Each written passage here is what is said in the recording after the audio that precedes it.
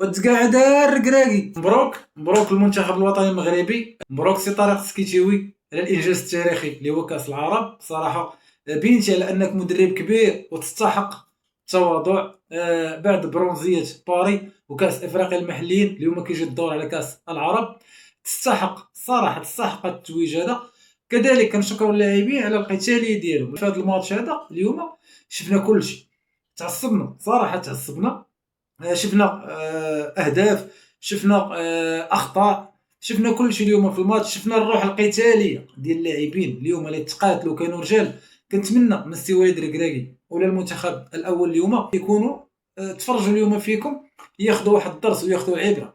يعني راه التكتيك ولا الخطه ولا المهارات الفرديه راه ماشي هي الاهم، راه خاصها تكون من طبيعه الحال. ولكن الا ما كنتيش كتقاتل بواحد الروح وما كنتيش كتلعب بواحد الروح وكتلعب بانك خاصك تربح وتكون عندك واحد العزيمه، يعني راه تقدر ما دير حتى شي حاجه في كاس افريقيا. كنتمناو من اللاعبين يكونوا استوعبوا كيفاش خاصها تلعب الكره. يعني الا كتلعب بالعزيمه ديال الرجال قاتلوا اليوم الدراري صراحه.